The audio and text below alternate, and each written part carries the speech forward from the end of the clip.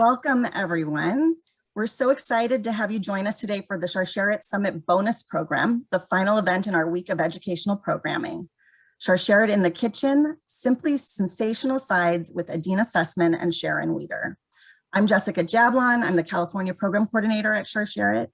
For those of you who don't know about Sharsheret, we help women and families facing breast and ovarian cancer, as well as those who are at elevated genetic risk, through free, confidential, and personalized support and resources.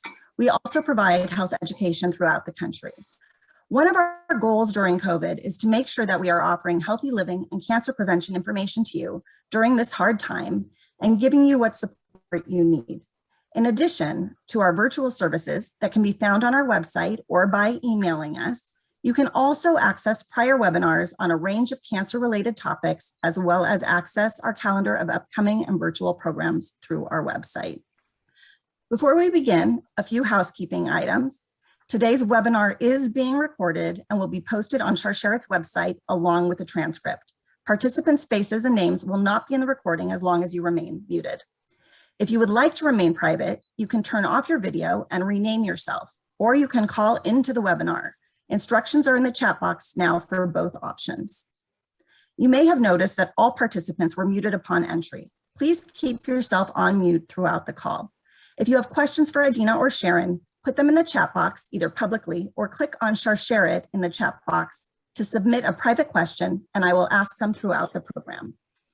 Now, as we move into the webinar itself, I also want to remind you that Sharsheret is a national, not-for-profit cancer support and education organization and does not provide any medical advice or perform any medical procedures. The information provided by Sharsheret is not a substitute for medical advice or treatment for specific medical conditions. You should not use this information to diagnose or treat a health problem. If you have any questions that are specific to your medical care, our presenters may not be able to advise regarding specifics, and we would advise that you speak to your medical provider. Always seek the advice of your physician or qualified health provider with questions you may have regarding a medical condition. We are thrilled to begin our new season of Sharsheret in the Kitchen, an initiative in partnership with Cedars-Sinai here in Los Angeles, to empower those of us at risk for breast and ovarian cancer to make healthier diet choices. Prior Sharsheret in the Kitchen webinars and information about our nutrition pilot for Los Angeles County residents can be accessed on our website at the link in the chat. You should have received the recipes for today's program in advance, but my colleague is going to put the link in the chat box so you can download and print it or see it on your screen. We want to thank our generous sponsors, Cedars-Sinai, the Cooperative Agreement DP 19-1906 from the Centers for Disease Control and Prevention, and our incredible summit sponsors who were displayed on the introduction slide. It is thanks to their support that we are able to continue to provide our series of webinars throughout the pandemic. Now, before we get cooking, I want to introduce you to Carly, who is going to share her personal story with us. Thank you, Jessica. Hi, everyone. I'm Carly. March 20th, 2017. That was the day I found out my mom had breast cancer. The day, the place, the conversation, it will forever be ingrained in my mind. My family had never imagined that we would be coordinating chemo and radiation schedules, creating master calendars for who would take my mom to doctor's appointments, and yet here we were. One of the first things my mom did when she found out she was BRCA negative, when she found out she had breast cancer, was to test for the BRCA gene. When she found out she was BRCA negative, we all exhaled a huge sigh of relief. While it didn't ease the pain of her situation, it did bring some comfort knowing that there was not a genetic component. After a double mastectomy, 2 rounds of chemo, 1 round of radiation, and a reconstructive surgery, my mother was declared in remission. In November 2020, my uncle, my father's brother, suddenly passed away. While we knew his daughter, my cousin, had had triple-negative breast cancer the year prior, we weren't regularly in touch with them. But when he passed, we started to reach out more and speak more frequently.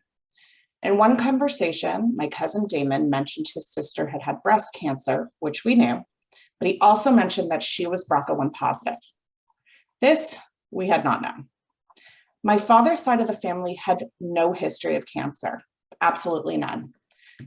So we figured it must be from her mother's side. Also, my family wasn't very concerned because my mother had tested negative for the mutation. So we assumed if my mother was negative, then there was nothing to worry about for us. That week, in what would become a potentially life-saving coincidence, my sister had a doctor's appointment. She decided to get tested just to be safe. We were all so sure there was nothing to worry about that I said I was only going to test if my sister came back positive. 3 or 4 weeks later, when the test had mostly been forgotten about, the results came back and my sister was in fact BRCA1 positive. My family was shocked. This led to the testing of my father, my brother, and myself. All of us were positive. I often think of all the ways that this could have turned out. In our society, there's a huge miseducation behind the genetic components to breast cancer. I figured my mother was negative for the gene, so I must be fine. There's no history of cancer on my dad's side, so it must not be from his side of the family. In fact, my father's sister had tested negative for the BRCA mutation. Who even knew that you could get it from your father? If my sister had been negative, I probably wouldn't have even bothered testing. There were so many opportunities to simply brush it off, but thank God I didn't. That is why I'm so drawn to the work of Sharon. While they do an incredible job of supporting women with breast and ovarian cancer, they also play a vital and much needed role in educating the community about the genetic risks associated. I found out I was BRCA1 positive in the beginning of February this year. For me, the next steps were easy. I am a mother of a 9, 6, and 4-year-old. I was not going to put my family in the same position to watch me go through all that we had watched my mother go through only 4 years earlier. I had my complete hysterectomy at the end of February and my double mastectomy at the end of April. While my journey hasn't always been an easy one, both mentally and physically, I was fortunate to have an organization like Sharon at my disposal. The incredible staff members and their resources played an important role in further educating me about the gene and what that meant for my children and the rest of my family, helping me process my diagnosis, and now giving me an incredible platform to share my story and to hopefully help others. I am so grateful every day that I was informed enough to make this decision and to take my life into my own hands. Thank you to all of you for letting me share my story today. Wow, thank you, Carly, for sharing your story and the story of your family with us and raising awareness in such an important and personal way. You mentioned genetic testing and counseling throughout your speech. If anyone has questions, we do have a free genetic counselor on staff here at Sharon. The email is in the chat if you are interested in contacting her to find out if you should think about pursuing genetic testing. Please feel free to reach out. Thank you so much, Carly. Also, I wanted to mention October is Breast Cancer Awareness Month. 1 in 8 women will be diagnosed with breast cancer in her lifetime. So please schedule your appointments, learn your family history, know your body, and talk to your doctor about the right screening plan for you. And make sure to contact your healthcare providers if anything doesn't feel right. My colleague is going to put a link to our Know the Facts brochure in the chat. Take a look as it contains some important information as well as signs and symptoms of ovarian and breast cancer for you to be aware of.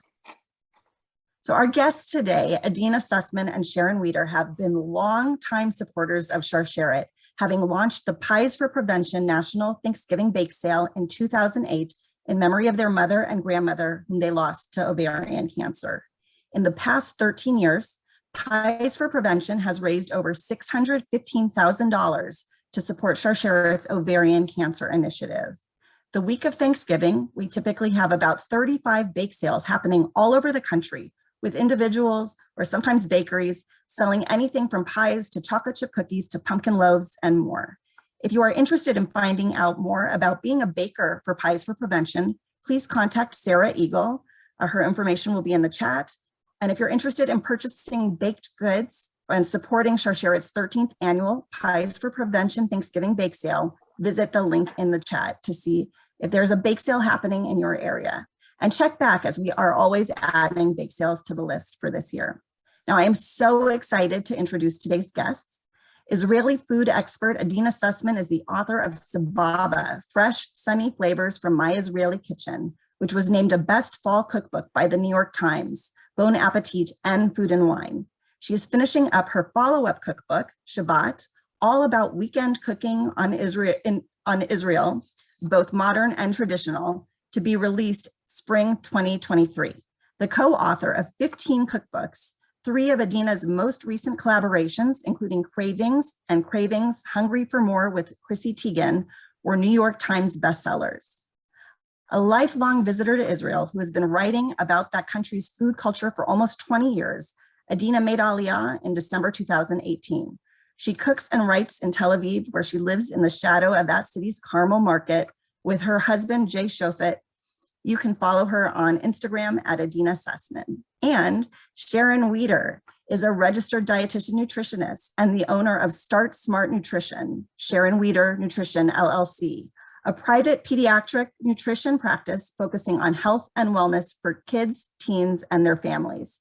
Sharon holds a certificate in childhood and adolescent obesity and is a mindful and intuitive eating practitioner. She uses a holistic approach to help guide her clients towards achieving a healthier lifestyle through small, impactful changes and realistic goals. Sharon is a breast cancer survivor and is so appreciative to Sharsheret for their programs and support network. She has been a Sharsheret volunteer since her diagnosis and served as a peer supporter or link many times. And just a quick note, make sure you fill out this very short survey evaluation form at the end of the program. Anyone who completes the survey will be entered in a giveaway for one of 3 copies of Sababa or a 1-hour virtual nutrition coaching session with Sharon. Adeena and Sharon, welcome to Sharsheret in the Kitchen, and thank you so much for being here today. Hello. Thank you so much. Hi, everybody. Hi, Adeena. Hi, my love, my best friend, my sister, 6,000 miles away, but it's so fun to cook with you on screen. Hi, everybody. Greetings from Tel Aviv. It's 9 o'clock, and Sharon and I are so happy to be here. I think I can speak for both of us when I say that there is no cause that we are mutually more connected to than Sharsheret. We, as Sharon, as a breast cancer survivor, which she will tell you about, we just embrace this organization and are thrilled to continue to be involved, and we'll tell you about our involvement over the course of the next 45 minutes or so. But I'm going to hand it over to my wonderful sister to get the cooking going and tell everyone what you're making, and we'll just have a nice schmooze like we always do when we're cooking together. Thank you, love.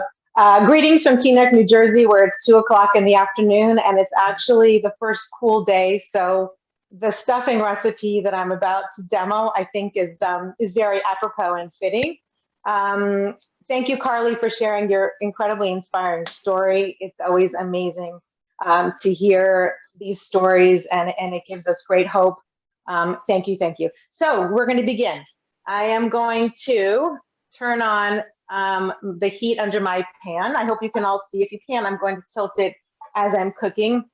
I'm making a mushroom and apple stuffing, which actually our mother made years ago, and it started over Passover, and we actually had it in Thanksgiving, and I have tweaked it over the years, and it's become a family favorite. So something near and dear to our hearts, and it evokes memories of our mom, who really inspired us to be in the kitchen, to love cooking, and you know, to hosting people around the table.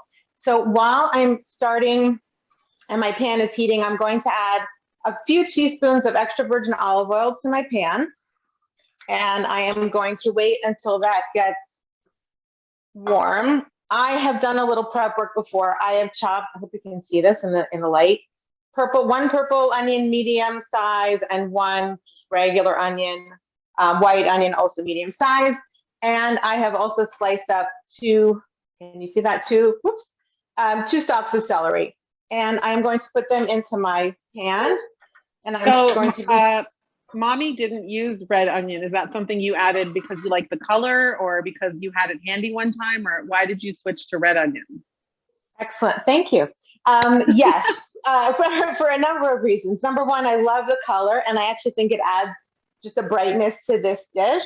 Number two, yes, I have been without white onions, and I love purple onions because especially when they're caramelized, they become sweeter and they add an extra depth to a dish.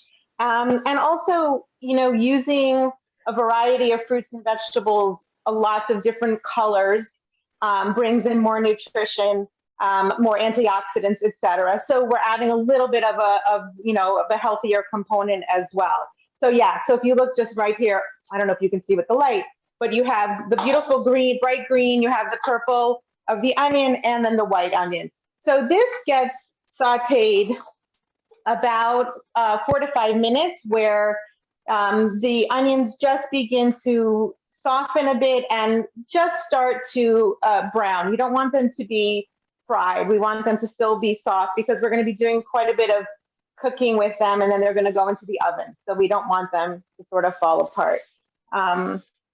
I guess I have a minute or two to talk a little bit about my experience with breast cancer. 16 years ago, I was diagnosed with breast cancer on actually my first mammogram. I had actually been given the script to the mammogram a year earlier, but when I was given that prescription for my baseline mammogram, our mother, Stephanie Sussman, may she rest in peace, was actually experiencing and going through ovarian cancer. So I stuck the prescription into my purse and forgot about it.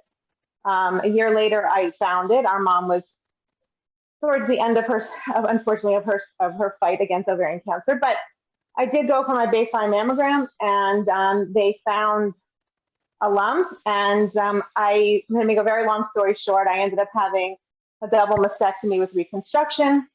And because of the ovarian cancer history in our family, even though we tested BRCA negative, I also had a complete hysterectomy and bilateral oophorectomy.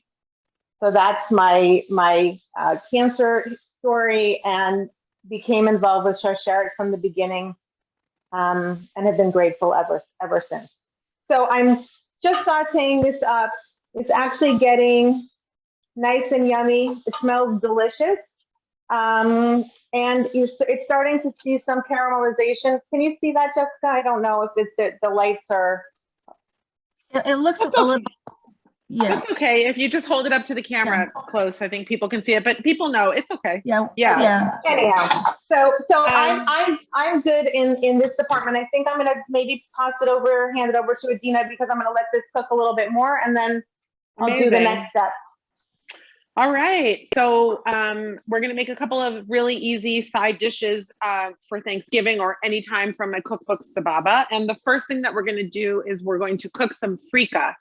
Now, Frika is a cracked smoked wheat. It's kind of like green kern for you major Ashkenazis out there. It's young wheat, but the difference between green kern and Frika is that Frika is smoked over open fire. It's traditionally something that started in the Arab world and has been embraced by Israeli cooking as well. I've soaked 1.5 cups of Frika in water to both soften it and clean it a little bit for about 15 minutes. And I'm gonna drop it into some boiling water. And I'm gonna cook it sort of like I would cook quinoa. Like I put enough water in there so that it's going to cook and absorb all the water and also evaporate extra water so that it hopefully just comes out nice and fluffy and perfect. If you don't have Frika, because it can be a little bit hard to find, you can use barley, you can use wheat berries, you can use brown rice, you can kind of use whatever you want. And the sort of star of this salad is the roasted grapes, which a lot of people found very compelling when the book came out. So I'm going to take, the recipe calls for 1.5 cups, but I'm like the queen of excess. So I'm going to do like a little bit over 2 cups of grapes here.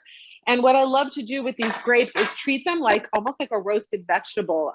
I roast them as I would a savory vegetable. I'm going to drizzle some really good Israeli olive oil. Israel, as you know, many of you, has incredible olive oil, and I get it by the 5-gallon jug and transfer it to my handy little olive oil dispenser. I use this because it's closed and it has very little opportunity for light or oxygen to get to the oil and have the oil decompose faster. Oil needs to be kept in a dark, cool place. So this is my solution. You can find a lot of these things on Amazon. I'm going to take some fresh cracked black pepper. My oven has been preheated to 400 degrees. And then I'm going to take kosher salt. I use Diamond, which is the salt of choice among a lot of people who cook for a living, but you know, any salt will do. You can use fine sea salt, you can use Morton salt, you can use Atlantic salt, you can use anything you want, but I'm just going to toss that all together. You can see on the small screen here, look, they look like marbles. They're so beautiful. They're shiny. They've got olive oil over them, and I'm gonna pop those right in the oven. And then the other thing that Adeena, can someone substitute quinoa if there's gluten-free? Absolutely. I actually did this recipe with quinoa for Pesach, and it was a big hit. As this Frika's cooking, I'm going to just take a little bit of the scum from the top and pour it off. And I'm going to do some double duty here. The other thing we're making is a coleslaw that has roasted nuts on it. And the Frika also has nuts. So I'm going to take a half a cup of chopped almonds and a half a cup of pumpkin seeds. I'm going to put them on one baking sheet.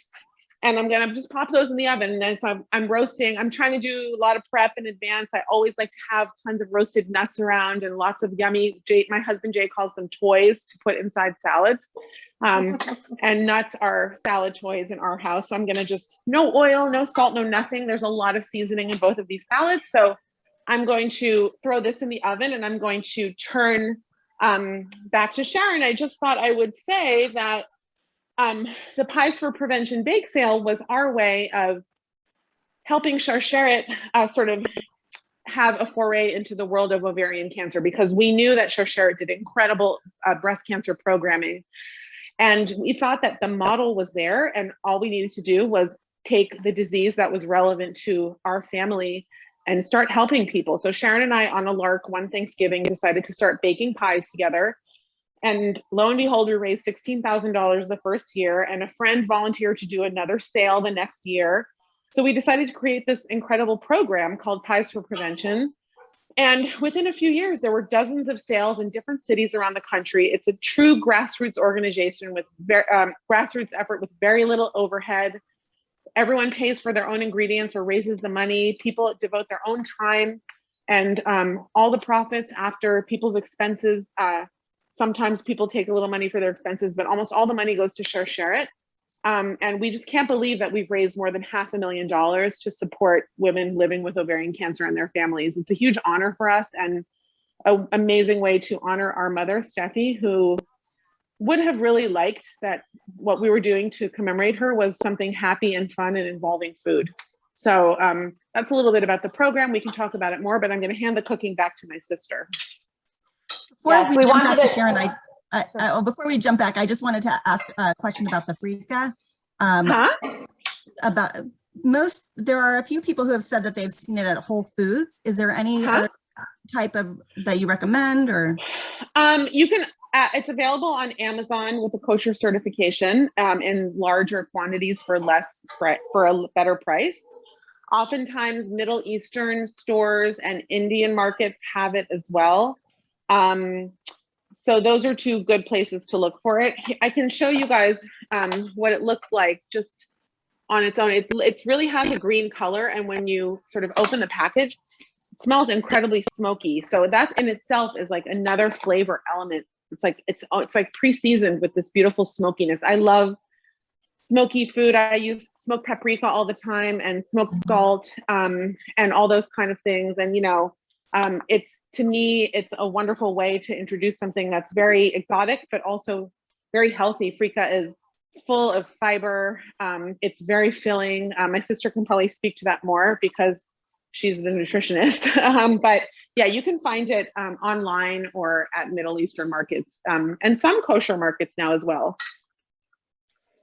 Yeah, I think Frika is wonderful. It's like, along with all of the other sort of grains that you mentioned, like wheat berry, farro, quinoa, those are all, they're high in fiber. They're also, some of them are higher in protein as well. So they help you to also stay full for longer, and you get more nutrition from them versus, like, let's say a white rice or something that's been overly processed. So it's a wonderful choice. But again, these are interchangeable, and You can use them, so we're going to move on now to adding these mushrooms, which I actually pre-sliced, but if you want to save yourself some time, because this does call for 2 pounds of mushrooms, which is quite a bit of mushrooms, you can buy them pre-sliced, and it's just a bit of a time saver. So I'm going to raise the heat a bit on my pot because you see how full this pot is right now, but we know with mushrooms, what happens is they shrink and they lose their moisture. And that's one of the things that we want to happen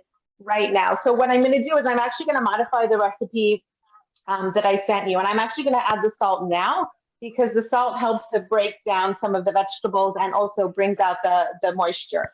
And do mushrooms have nutritional value? So yeah, mushrooms mushrooms do have nutritional value. They're actually, they have some antioxidants. They have a bit of fiber in them. They are also a wonderful substitute if you have somebody who's a vegetarian, a vegan, who doesn't want to have meat or an animal protein. So this dish or a dish that's hearty in mushrooms can be a nice substitute for that and can be quite filling as well. In fact, our mom used to always have many, many side dishes. We go up in Northern California, there were a lot of vegetarians, a lot of vegans. This was sort of before it became even more popular. And the only sort of animal protein that was on the table would be sort of like the turkey or the chicken. Everything else was par, did not have any animal protein in it. So that anyone who was around the table really always had a lot to eat and was full and satisfied. And mushrooms played a big role in that. So I'm going to saute these mushrooms. In this recipe, actually, the liquid that comes out of the mushrooms, you're going to see, we're going to use it to help soften the matzah that we're going to add into this pot. So if you happen to have mushrooms that you haven't had a chance or couldn't buy pre-sliced or pre-cleaned, and they're very dirty and you feel like you actually have to wash them, in this recipe, having mushrooms which soak up a lot of the water will be okay, because you'll actually, when you add the matzah, it will soak up that liquid, and you might not have to add any more to make that matzah soft. So that's one thing about this recipe, which it sort of lends itself. There was a question that came in, is there a way to achieve the same result without salt or with a lot less salt? Excuse me, I'm sorry. Oh, is there a way to achieve the same result without salt or with a lot less salt? Yeah, sure. I mean, what I would recommend is maybe to cook it on a little bit of a lower temperature, not low, but a little bit lower, so that it softens the vegetables without sort of scorching them or burning them. And it will bring out the liquid eventually. So yes, if you need to be mindful of your sodium intake, absolutely, that's completely fine. Also remember that this is for 12 servings. So, you are dividing it, although I probably could eat it in one serving. So, what if you wanted to, you could, in theory, you could make this with bread, right? It's like matzah is our tradition, but you could make it with scale challah or anything, right? So absolutely. So I was actually going to talk a little bit about that when I added the matzah, because sorry. No, that's fine. Thank you. There was a pre-question that came in before today about whether you could use gluten-free, how to make this a gluten-free recipe. And so I actually demoed one for myself, and one that I'm going to show you at the end of the program, which was with gluten-free matzah here. So this is gluten-free matzah.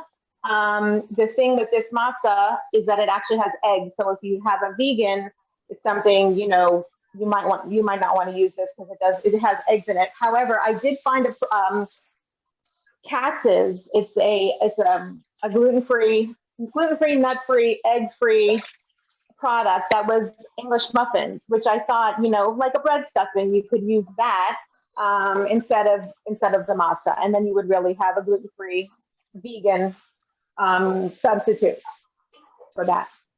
So while my mushrooms are cooking down, Adeena, I guess I can pass it back to you if you want to continue. Or sure. I'm going to just bring the quinoa, the Frika close to the camera so you can see it's bubbling. The water is starting to evaporate.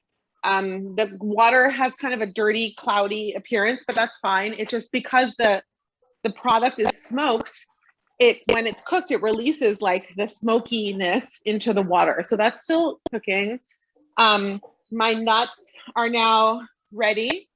As you can see, some of the pumpkin seeds have popped, and the almonds are nice and dark because that's how we want them to be. I mean, if you're going to roast nuts, like, I think you should really go for it, because like roasting brings out so much flavor, and what you're doing is coaxing the natural oils in any nut out, and the oils are the carrier for the flavor in the nuts themselves. So now let's also just have a quick look at our grapes. Are still, they need some time. They're starting to sizzle. As you can see, some of them are releasing some juice.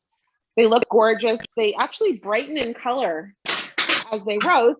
But I'm going to start, and by the way, the recipe called for walnuts. I didn't have any walnuts in the house, so I decided to use almonds, and that's just kind of the Sussman way, like whatever we have around is what we use. So I'm just I prepped a little bit in advance. I cut 4 cups each of purple and white cabbage. Sharon, I wanted to ask you also in relation to onions, like, is there a difference in nutritional value between purple cabbage and white cabbage, and also between red onions and white onions, or are they like exactly the same? So they have some different, the colors actually, just like in peppers, sort of, there are different nutritional, yes. So again, we talk about eating the rainbow, about, you know, bringing in the different colors. So yes, you're gaining. It doesn't mean that white cabbage, you know, it should not, you know, you shouldn't eat it. But yeah, absolutely. Yeah. The more colors that you bring in, the more types, for sure. All right. Along those lines, somebody had asked if brown rice is a better substitute than quinoa for the Frika for gluten-free individuals. Do you have an opinion on that? Sharon? Me, or from a nutritional point of view, or from a culinary point of view? So from a nutritional perspective. Yeah, go ahead, you're there. Sharon. Okay, I'm sorry, can you hear me? From a nutritional perspective, quinoa is actually one of the, I think the only grain that's a complete protein.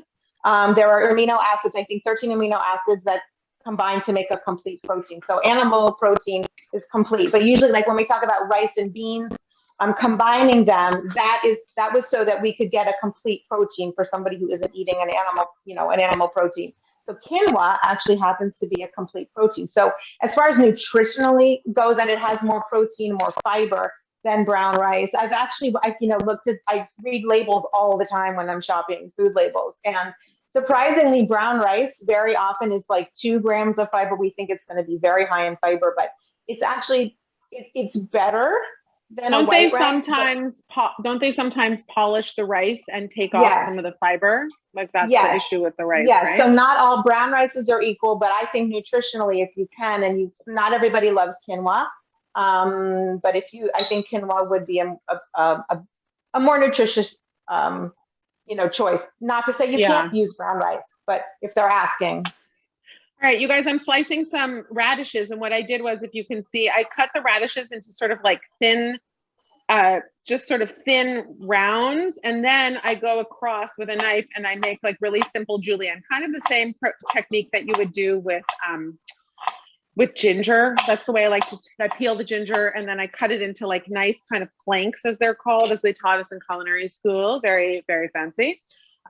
But for something like a carrot, I have my julienne peeler, which is one of my favorite kitchen tools. And I'm just going to take that and cut beautiful strips. I really like hand cutting things for this salad, just because I like a variety of lengths and thicknesses and textures for the vegetables. So like the cabbage I chop by hand. Of course, you can do everything in the food processor. Please don't, I'm not, no judgment here. But since it's just one carrot and I really like the result, I'm just peeling here. And once you peel a little bit on one side, you get a flat surface going, and you can just kind of keep going here until you have like some really nice carrot shreds. This is also great if you're doing zoodles. You can also cut down on pasta by adding some carrots and cutting down on like rice noodles. It works really well with, actually, if you're doing like an Asian dish. And I do this sometimes with different vegetables. So these things and all of my cabbage and everything are going to go into a bowl. And Sharon, you tell me when you're ready for the next step, or I can just keep going. But if you have something to do, feel free to contribute. Absolutely. So perfect timing, because the mushrooms have actually released a lot of water, and they've actually shrunk a lot in size. They're probably about half. This mixture is about half of what it was when I added the fresh mushrooms. So I'm going to tilt it. Hopefully you can see how they've shrunk and down. But what I'm going to do is the other thing we're going to rehydrate is actually our raisins. And the great thing about this dish is, at the bottom of your raisin, container, you've got these old dried out, like sort of really, really shriveled raisins, and they're not always so appetizing to eat. But in this recipe, you just can add them and they will plump up and rehydrate. So it takes some of that moisture from the mushrooms. The other thing is I'm going to be back here. I hope you have a little bit of a sight lines of what I'm doing. I'm going to just cut up a whole green apple, and I'm going to make it into sort of smallish bite-sized pieces. I'll show you. With the skin on, right? I kept the skin on because I wanted to sort of bump up the fiber a little bit more. So yes, and also the color, the green color, along with the celery in this, really it really adds something to it as well. So I'm gonna cut up this green apple into like I said, the small bite-sized pieces. I'm gonna add it in, and then also continue cooking the mixture so that the apple becomes soft. We don't want the apple to become mushy. We do want it to be defined, but we do want it to soften so that it's not like crispy. And that will also happen when it goes into the oven and cooks. So we want to get it started. So I just mixed.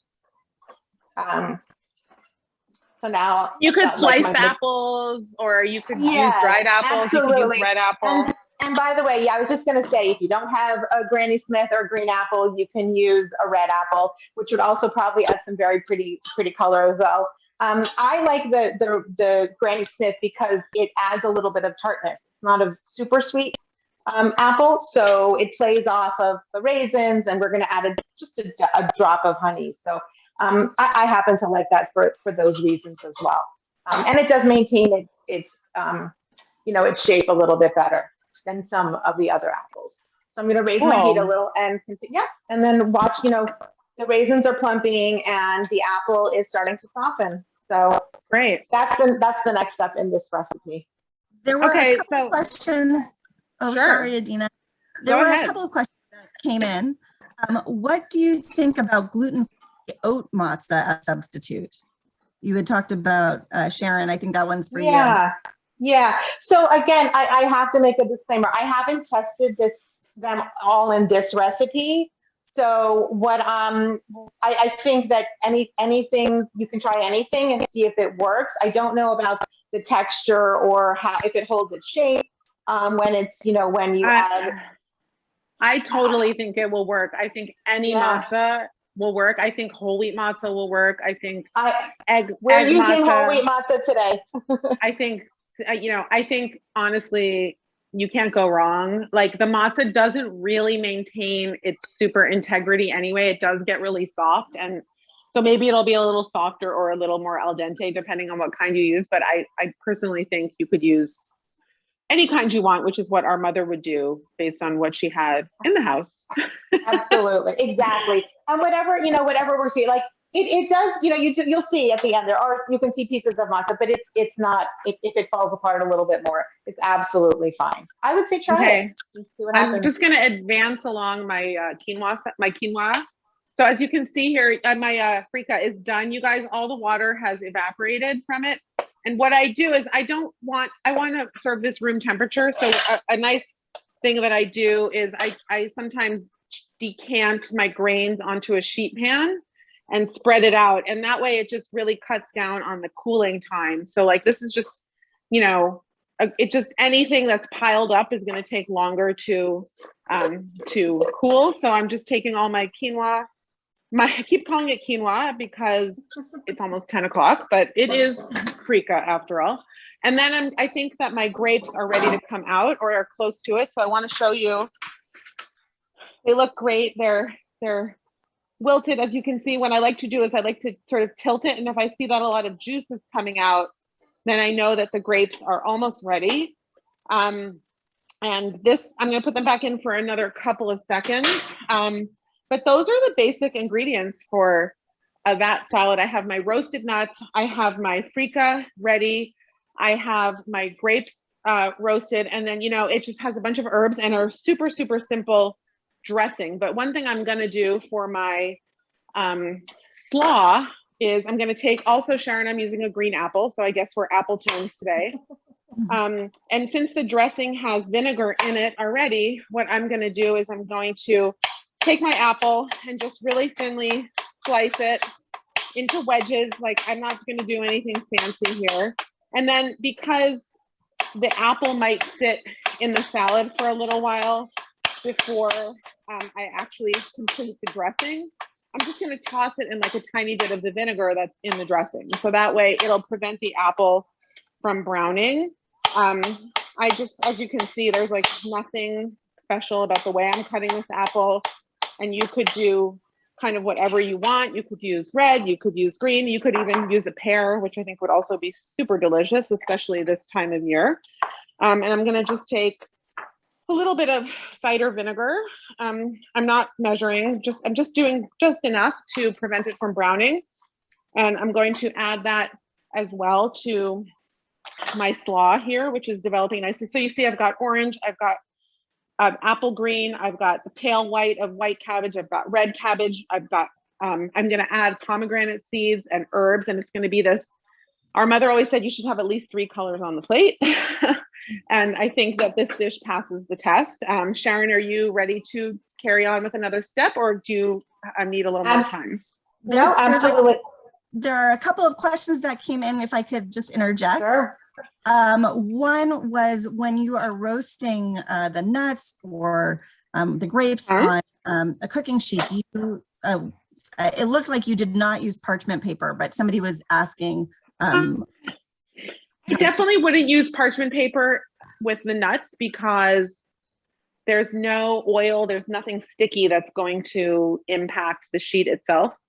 I am a big fan. I use all of my sheet pans for food styling, and I like them to look messy and used and cruddy and old. So I like kind of when stuff accumulates on my pans, I don't need them to look perfect. If you want your sheet pans to look spotless and to have them be really easy to clean, absolutely use parchment paper or foil. I think parchment paper is more environmentally friendly these days.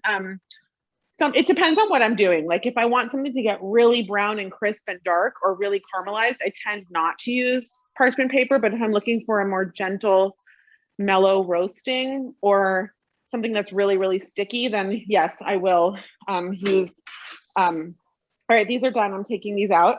They're gorgeous. Yeah. And those are going to go in our Frika once everything is cool. Perfect. And then somebody was asking if there's a substitute for the vinegar and mustard, and whether or not. Absolutely. You can use lemon juice instead of vinegar. The truth is, my husband doesn't like vinegar that much, but I felt like every single recipe in Sababa had a lemon juice dressing, so I decided to kind of mix it up a little bit. But you could use lemon juice. And then for the mustard, maybe a little powdered turmeric, because a lot of what gives mustard its color is turmeric, and maybe a little bit of horseradish or something spicy, because mustard has spice in it, and also a drop of white wine. And also, like, I kind of think if you happen to have roasted garlic cloves around, you could like mash them up and it would have some of that like nice savory, maybe like mash up some lemon juice, garlic cloves, turmeric, and a little bit of spice of some sort. I think that could be like a kind of a fun mustard. What do you think, Sharon? I agree. I mean, I like both. I love citrus, and I don't mind vinegar, but I know there are a lot of people who don't appreciate vinegar, don't like it. So yes, experiment. I think that's a great idea. Okay. Yeah. All right, so we've got about 15 minutes left. So Sharon, are you moving your dish forward, or? Yeah. Jessica, is that okay? Do you have any more questions? Go for it. Okay. So Adeena actually brought up, she brought up I decided that I wanted to bump up the fiber a bit in this dish. So I tried, and it's become over the last few years in Passover to have like whole wheat light matzahs in the house. And the fiber content on this is almost 6 grams of fiber. And in a sheet of regular matzah, it's about 1. So we're really amping up the fiber, which is great. And it works the same way. And I demoed it and it was delicious. So all I'm doing is taking two boards of matzah and I'm going to literally just crunch them up in my hands. And like I was talking about before, the mushrooms actually release quite a bit of liquid. So I'm going to see if I need to add any. And what I'm going to do, sorry to interrupt myself, but if for some reason the pieces that fall in are too big, just take your spoon or whatever you're mixing with and just, just kind of crunch them up within the bowl. There's no perfect science. They can be different sizes, etc. You just want to make sure that they're sort of bite size, although they will soften a lot. And I'm mixing now, and I see that a lot of the mushroom juices and all the juices that have come out of the other vegetables and even from the apple, the matzah is absorbing, so it's getting softer. I may need to add a little bit, but I don't think a lot at all. And this is the same time where I'm going to, this is my cinnamon, and I'm going to just sprinkle, it's a half a teaspoon of cinnamon. Again, you can actually play around with the spices if you want. I mean, you could put in cloves if you want, a little bit of allspice. It just gives it more depth of flavor. In my family, some people don't like those other spices, so I stick to the cinnamon in this dish. And then I'm just going to drizzle a really, not even a teaspoon of honey, just to give it a little bit of flavor.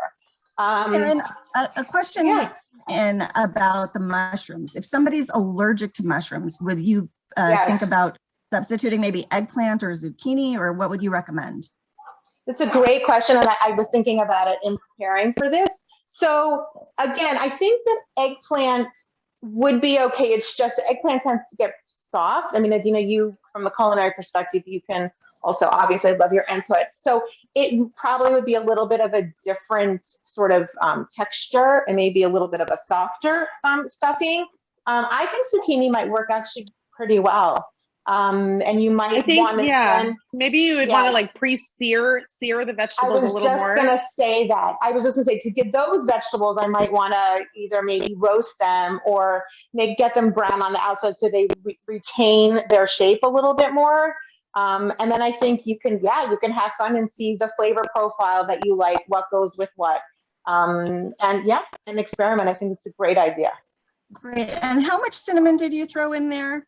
I did a half a teaspoon, and it's just enough where it smells delicious. I wish you could all smell it. Aroma vision or aroma zoom.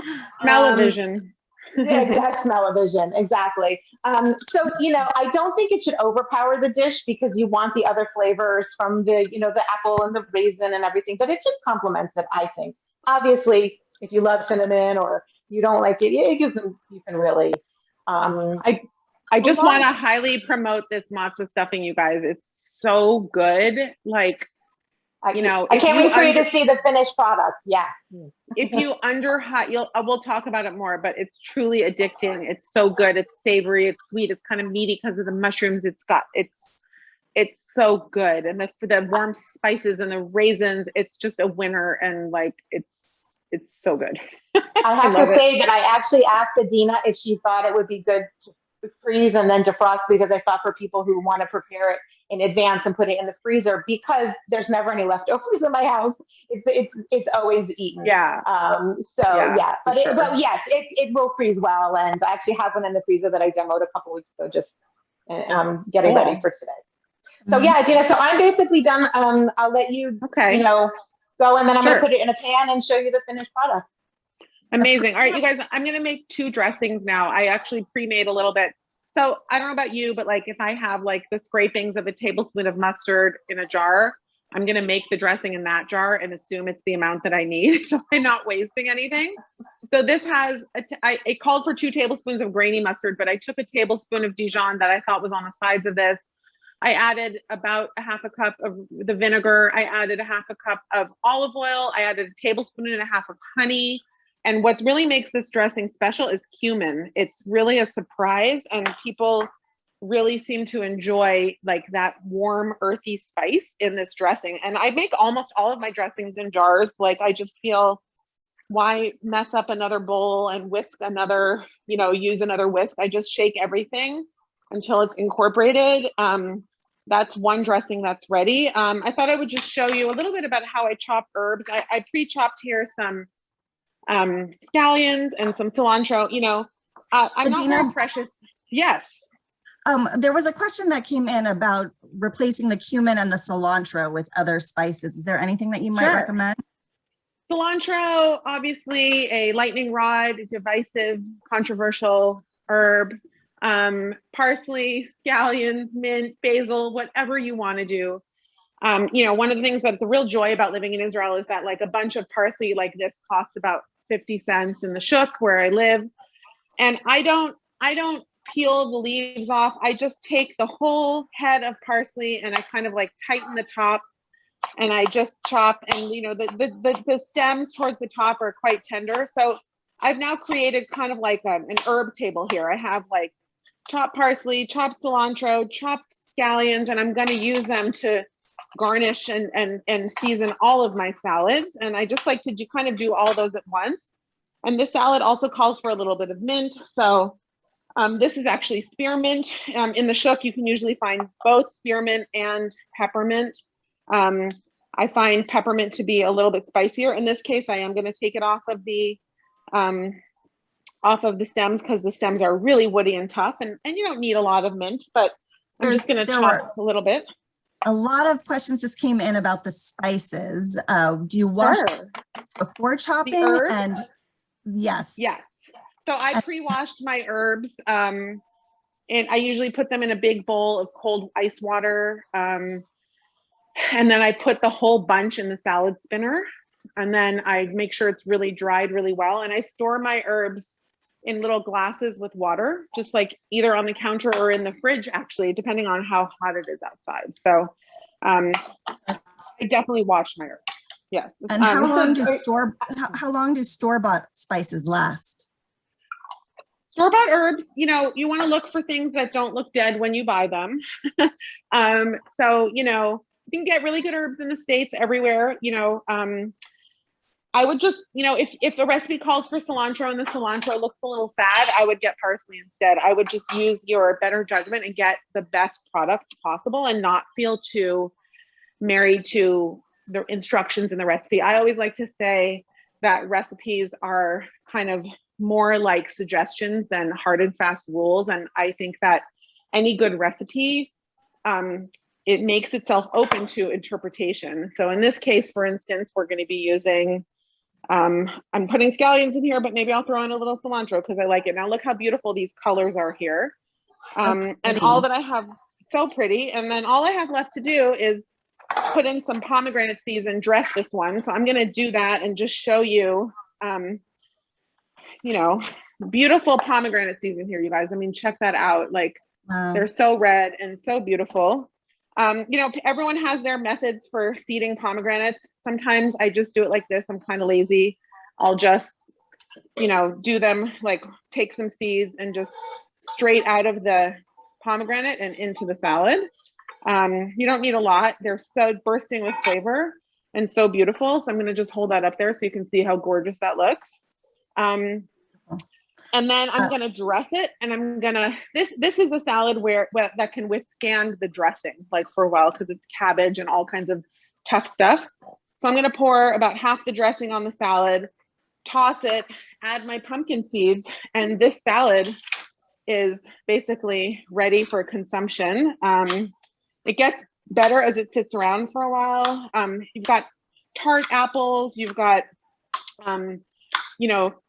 tart pomegranate seeds, you've got earthy carrots, you've got crunchy cabbage, you've got scallions. You could definitely add some jalapenos or chilies if you're into that sort of thing, which we always are around here. But here, this salad is ready to go. And I'm gonna just, when Sharon and I sort of present our dishes at the end, I'm gonna put the nuts on top, and I'm gonna hand it back over to Sharon to finish her dish, and then I'll finish my second dish. There were two questions that came in. I just wanted to ask one to Adeena, and then the other one is for Sharon. Of course. And, does or maybe they may both be for Sharon, does parboiled rice change the nutritional value? I don't believe it does. I would be happy to look into that, but I have not heard that, and I don't believe it does. And the other question is, do you find that red onion loses the color and taste in the final product? And what is the function of the red onion versus the white onion? Right. So like we talked about in the beginning of today, for number one, the color, it just adds a very pretty color. And I'll show you in the final one. I'm hoping you can see it with the lighting in my kitchen, that yes, you are able to see it. It dulls a little bit, but it also adds a certain sweetness to the dish. Isn't it a little more mild? A little more mild? A little milder and a little sweeter. So there's like a balance there between the two of them as well. And like Adeena said, so we may only have purple onion in your kitchen, and that's fine. It's absolutely fine to use. I also just wanted to say something about, someone had asked about adding less salt. Anytime you want to bump up your flavor, fresh herbs and spices can really add to a dish, and then you can decrease the salt that add to the dish. So that's a way to. By the way, did anyone else like us grow up calling it purple onion and purple cabbage, even though they're red onion and red cabbage? Because Sharon and I just call them purple. And my editors of all my cookbooks are always correcting me because I'm always referring to everything as purple onion. I know that's not a thing, but that's what we call it in our house. That's funny. I don't even like you have some people agreeing in the chat. Still think of it that way. Maybe we need to start a movement to change it to purple onion in all the cookbooks. Yeah, that's right. Yes. It will be pretty nice for the rainbow for sure. So there's a way. Yeah. In the recipe, it called for an egg, and I wrote that if you don't want to add the egg, if you want to make it vegan, or if someone's allergic to eggs, you can leave it out. In this recipe, I actually left out the egg because this matzah doesn't have eggs, so this is actually a totally vegan. And if you can see, I sprayed this baking dish, and you can still see very well defined the mushrooms and the matzah and the onions and the raisins and all. So it is true. I do see the purple onions. I mean, it also depends on how dark, the outer part of the red purple onion is darker. So if you use that will maintain the color a little bit more. But when you bake it also, it gets a nice brown flavor as well. So then I will have preheated my oven to 350. And this will go into the oven at 350, probably for about 40-45 minutes. I would check it. You want to make sure it doesn't get too brown or too dry. It should be a little bit moist. And with this stuffing, sometimes it's looser, and when you can cut it, it might come out as pieces, and sometimes you just scoop it up and it's not perfectly defined, which is amazing. Either way, it tastes delicious, and it's great. So I'm going to put this in the oven and pull out the one that I have already prepared. Cool. All right, so you guys, I'm just going to finish off this Frika salad. I'm zesting using my microplane, which when I get asked in articles and stuff, what's your favorite kitchen implement? I always say this. It's just so useful. And like, if you should never juice a lemon without zesting it, in my opinion, it just always adds freshness and zestiness, and that, a lot of the flavor of a lemon is carried in the oil and the rinds. And, if you ever buy lemon extract, it's made from the oils, and oranges also have that incredible oil. You know how if you crack a lemon rind and light an orange rind and light a match, it'll crackle. That's because there's a lot of oil in the skin. So I've now zested that, and I thought I would show you guys for fun my incredible Israeli juicer. This is my Zaxenberg. It's the same one that you see in all of the juice shops in Tel Aviv. I've put a little sieve on top of my jar to catch the pulp. And then I just pump right into there. Now, this is an expensive machine if you're ordering it to America. It's not cheap here either, but the next time you're in Israel, leave room in your suitcase. And we're hoping to see you all in Israel. very soon, I might add, because we are eagerly awaiting the return of tourists. And I'm sure that many of you are looking forward to seeing your friends and family here. So I'm going to put in about 1/3 cup of lemon juice. And then I'm going to do, and as you can see now, the pulp is in here. I'm going to add an equal amount of olive oil. I'm going to eyeball this just because, you know, you don't have to be really precise. And since it's the exact same amount, that's okay. I'm going to put in some chili flakes, which are going to give it some really, really good flavor. A little bit of salt and pepper. And then this dressing is basically good to go. I'm going to toss in the grapes into my salad before I toss in the dressing. But again, I'm just using a jar. As you can see, if you leave a lot of headroom in the jar, it's really going to emulsify and get just as creamy as if you blended it or something like that. And look at these grapes have cooled. They're ready to go right into the salad. They're stunning color. They taste amazing. I usually save a few to snack on, so I'm going to keep these little super burnt caramelized ones here for my own private stash. We've got our roasted almonds here instead of walnuts.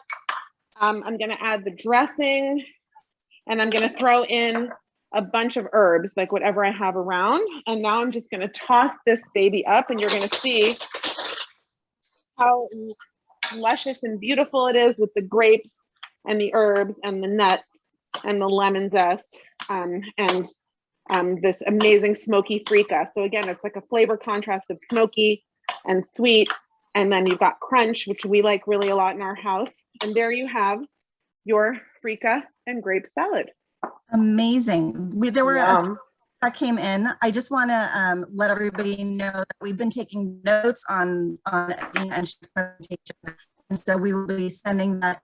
We will definitely cover the name of the juicer and where it's available, so that you can find that out later.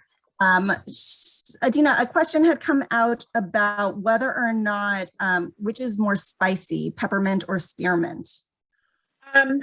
Peppermint. I think the name pepper is the way to remember, since if you're anything like me, my memory is completely shot.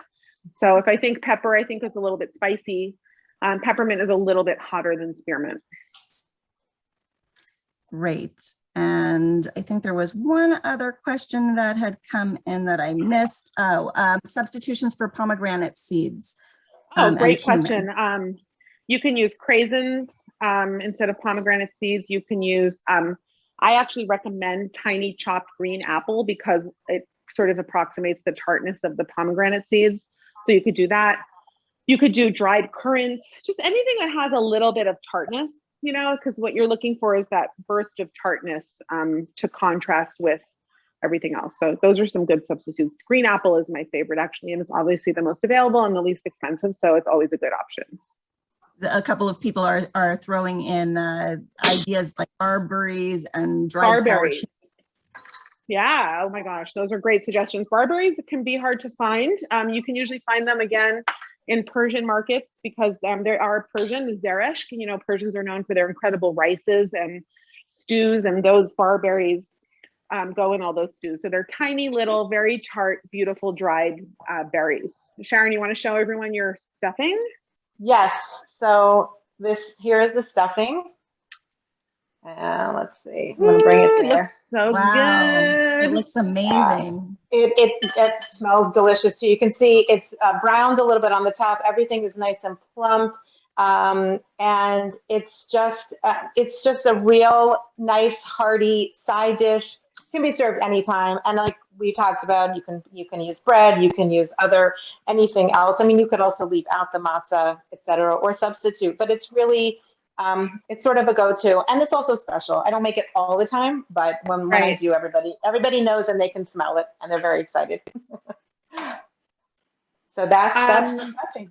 Does anyone have any questions about Sharsheret, or about anyone asking Sharon about her nutritional practice? Like, I mean, Sharon, I actually had a question that, you know, here we are talking in front of people. Like, what's different about doing nutrition for kids and teenagers than for adults? Like, what is the main difference? Well, That's a very broad question, but kids are, and they're not little adults. They are definitely, they have different, they have different needs. And also they're, they're growing. So there are a lot of different ways to approach it. Once we get into adulthood, we have certain ways of thinking about things. I think sort of educating kids when they're younger is a way to sort of start to lead people on in a healthier lifestyle. But yeah, the kids are not, they're not many adults. So Okay. yeah. Cool. And it's not about weight loss necessarily. It could be a million things. No, my favorite quote is kids, and really applies to kids of any age. Kids should eat a better diet, not be on a diet.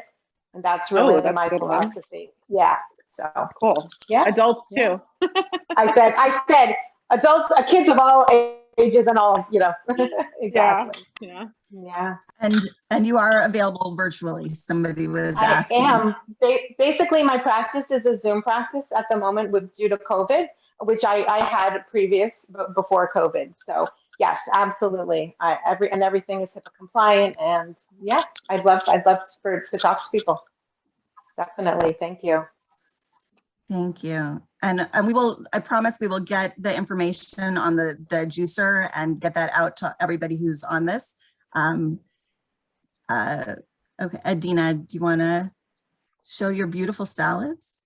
Yeah, I put them right here. You can, they're all, if you want to highlight this camera, here we have the Frika and Grape salad. And here we have the beautiful slaw. You guys can always add a little more or less dressing. You can add more apple. I think I forgot to put red onion in the salad, by the way, but feel free. Always seasoning with salt and pepper. Salt is the most important seasoning for any food. And if you're going light on salt, a little goes a long way. So, and that's all from my end. I mean, it was so fun to be here and just to talk about the bake sale and to see my sister for an hour cooking live. We'll be together in person baking for our Charcheret bake sale for the New Jersey Teaneck in Manhattan in a few weeks, which we do every year. And we didn't do last year, so it will be really fun to be back together. It will be. Yeah. Well, we're so grateful for both of you for being here tonight, and this afternoon.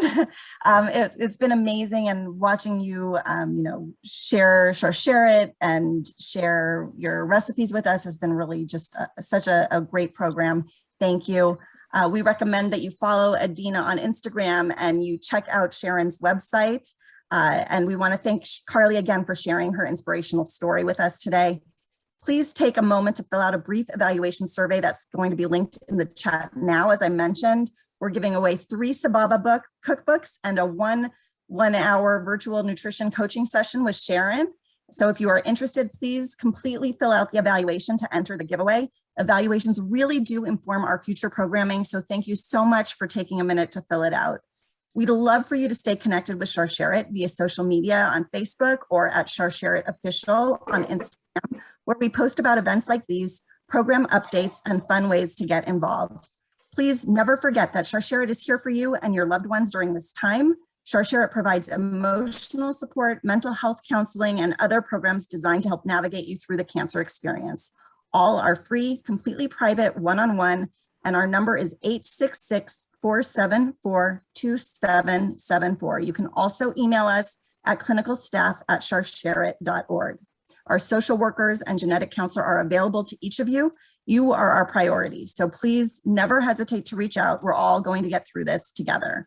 Finally, I want to let you know that we have several exciting webinars on a wide range of topics planned over the next few months. Our next Charcheret in the Kitchen webinar is Monday, November 22nd with the kosher baker, Paula Scheuer. Paula will be demonstrating some lighter desserts for our holiday celebrations, and the link to register is in the chat. Please check out our website regularly to see what topics are coming up. The link is in the chat, and you can also access the recordings and transcripts of all of our past webinars on our website. From all of us at Charcheret, thank you so much for joining us today and throughout the summit. We hope you've enjoyed the informative programming throughout the last week. Thank you. Thank you guys so much. It was so wonderful. Great to be here. Thank you. Such an honor and pleasure. Bye. Bye, Sharon. Love you. Bye, Love everyone. you. Thanks for following along and stay in touch. Yes. And we look forward to being in touch with all of you. Be Bye. well, be healthy. Bye. Bye-bye. Bye. Taking off the suit.